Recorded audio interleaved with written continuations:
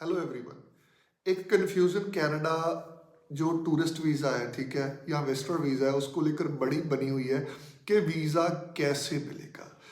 इस वीडियो में इंपॉर्टेंट चीज़ें डिस्कस करनी है कि स्पेशली जो सबसे बड़ा मिथ है कि होटल बुकिंग के ऊपर वीज़ा ज़्यादा आता है या इनविटेशन के ऊपर ज़्यादा आता है, जिसको कुछ एजेंट्स स्पॉन्सरशिप भी बोल देते हैं। स्पॉन्सरशिप कब होती है वो भी डिस्कस करूँगा इस चीज़ में। तो कंप्लीट वीडियो ज़रूर देखना, एक एक सेकंड आपके लिए वैल्यूएबल होने वाला है।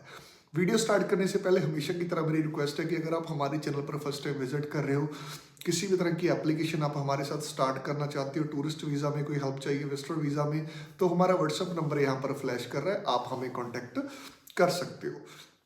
सबसे पहली चीज़ तो कनाडा का जो विजिटर वीज़ा है, टूरिस्ट वीज़ा, उसमें डिफरेंस होता है। कैटेगरी चाहे वो विजिटर की हो, एक होता है टूरिज्म पर्पस के लिए वीज़ा, ठीक है, एक होता है विजिट के लिए वीज़ा। अब इनमें डिफरेंस क्या होता है?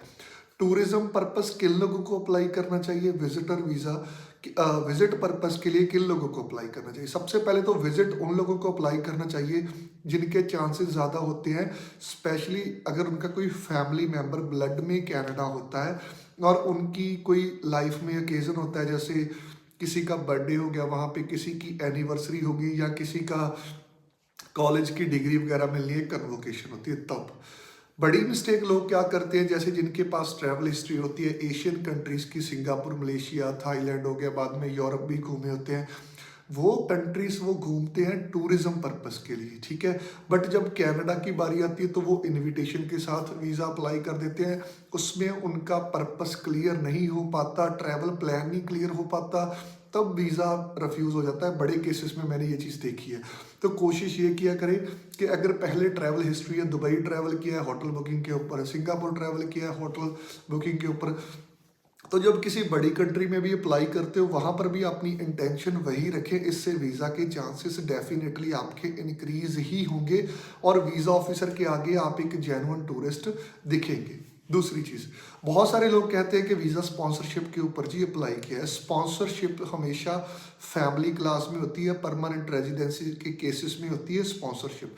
जो विजिटर वीज़ा में आप चीज़ यूज़ करते हो ना, वो इनविटेशन होती है। बहुत सारे एजेंट्स को भी नहीं पता, वो भी इस चीज़ को स्पॉन्सरशिप बोल देते हैं। आपको कोई वहाँ से इनविटेशन भेज देता है, उसका वीज़ा के सक्सेस रेट के ऊपर बिल्कुल भी फ़र्क नहीं पड़ता है। इस चीज़ को आप समझिए, क्योंकि वो इंसान सिर्फ आपको इनवाइट कर रहा है, एक लेटर ऑफ डिक्लेरेशन भेज रहा है जिसके ऊपर वो मेंशन कर देता है कि मेरा नेम ये है और इस बंदे को मैं इनवाइट करना चाहता हूँ इतने दिनों के लिए। साथ में वो अपना जो वहाँ का स्टेटस होता है, वेदर वो पीआर हो, स्टूडेंट हो, वर्कर हो, वो चीज़ें लगा देता है, बैंक स्टेटमेंट लगा देता है, अपने जॉब के प्रूफ लगाता है। उसका बहुत ज़्यादा रोल आपकी एप्लीकेशन में नहीं होता है, तो प्लीज़ इस चीज़ से बचें। हाँ, इनविटेशन कहाँ पर इफेक्ट डालती है? इनविटेशन उस केस में डेफिनेटली इफेक्ट डालती है और वीज़ा के चांसेस भी इंक्रीज होते हैं।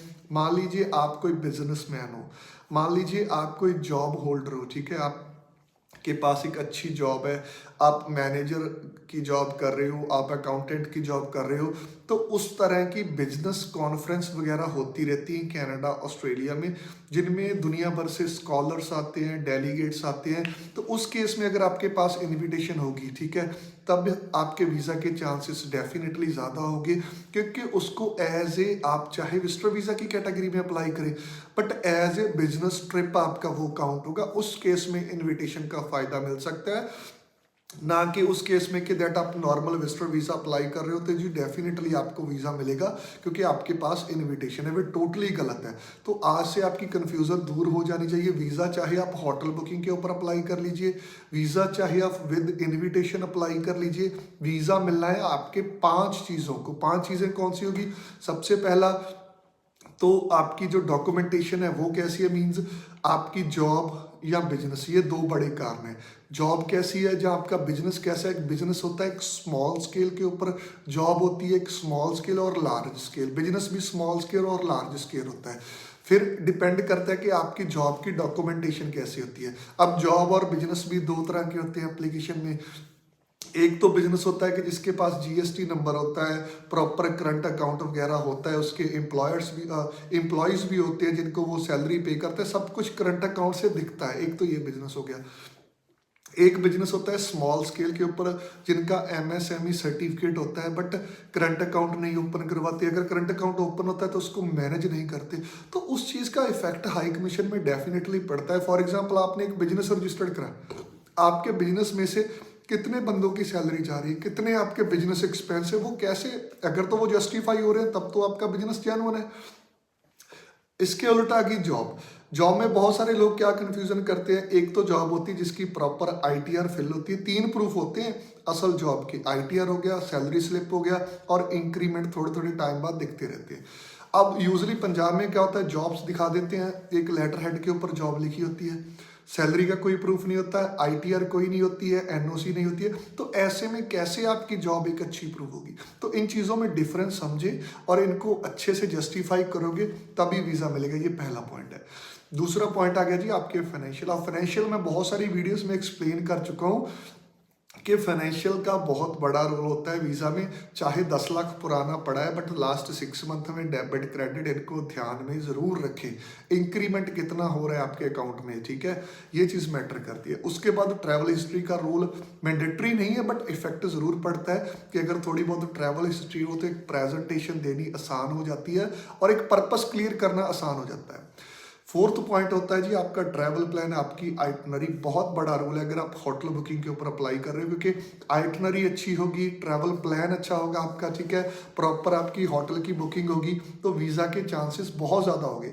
और बहुत सारे लोग क्या करते हैं जी, 2-3 सिटी की मल्टीपल आइटनरी लगा देते हैं जिसमें एक्सपेंस भी कंप्लीट नहीं हो पाता, अच्छे से आइटनरी जो एक्सप्लेन नहीं हो पाती, तो वीज़ा कैसे मिलना है। बुकिंग लगाते हैं आप, कंफर्म बुकिंग लगा सकते हो, ठीक है, डमी बुकिंग लगा सकते हो, बट जो होटल होते हैं उनके प्राइस 2-2, ढाई लाख होते हैं, अकाउंट में 4 लाख होता है। अगर होटल बुकिंग के ऊपर आपने वीज़ा लेना है, ठीक है, तो इस चीज़ का प्लीज़ ध्यान रखें। आइटनरी चाहे आप 10 दिन की लगा दी पर प्रॉपर उस चीज़ की समझ आनी चाहिए। ये नहीं कि पहले दिन मान लीजिए आपने वैनकूवर में लैंड किया, कोई प्लेस आप घूमना चाहते हो, वो एयरपोर्ट से 4-5 किलोमीटर दूर है, आपके होटल से भी 4-5 किलोमीटर दूर है, ठीक है, आपने फर्स्ट डे स्टार्ट कर दिया, बट दूसरे दिन की जो आपकी आइटनरी स्टार्ट हो रही है वो हो रही है जी साउथ वैनकूवर से, फॉर एग्जाम्पल कि वो 40-50 किलोमीटर प्लेस दूर है, चलो आप वहीं पे भी चले गए। उसके बाद जो आपकी दोपहर की प्लेस है वो उससे 50 किलोमीटर दूर है। तो इस ऐसे चीज़ें नहीं बनती है, ऐसे वीज़ा रिफ्यूज़ल ही आएगा। तो आइटनरी प्लीज़ प्रॉपर सर्च करके बनाएं। उसके बाद आ जाता है आपका होटल। अब बहुत सारे लोग क्या करते हैं, होटल बुकिंग उठा के डमी लगा देते हैं, वो उसके ऊपर लिखा होता है कि जी होटल की 10 दिन का खर्चा आएगा 2 लाख। अब वीज़ा ऑफिसर देखता है कि 40-50 हज़ार सैलरी है, 2 लाख का होटल ले रहा है, 2 लाख की 1.5-2 लाख की फ़्लाइट है, कुछ अदर एक्सपेंस है, ट्रिप का खर्चा तो 4 से 5 लाख आ गया, तो वीज़ा कैसे मिलेगा। इन चीज़ों को समझें। और लास्ट में आ जाते हैं जी आपकी प्रेजेंटेशन। आप चीज़ों को प्रेजेंट कैसे कर रहे हो, you are presenting your application at higher level और लोअर लेवल। तो इन चीज़ों को समझें, वीज़ा तभी मिलेगा। अच्छी प्रेजेंटेशन, अच्छा ट्रैवल प्लान। और ये मैटर नहीं करता है कि आप इनविटेशन के साथ अप्लाई कर रहे हो या आप होटल बुकिंग के ऊपर अप्लाई कर रहे हो। वीज़ा मिलना है डॉक्यूमेंटेशन को, वीज़ा मिलना है प्रेजेंटेशन को। आई होप आपके डाउट क्लियर होंगे। तो वीडियो को शेयर ज़रूर करना, और किसी भी तरह की फाइलिंग आप स्टार्ट करना चाहते हो, अपना प्रोफाइल डिस्कस करना चाहते हो, तो हमारा व्हाट्सएप नंबर यहाँ पर फ्लैश कर रहा है, आप हमें कॉन्टेक्ट कर सकते हो। Thank you.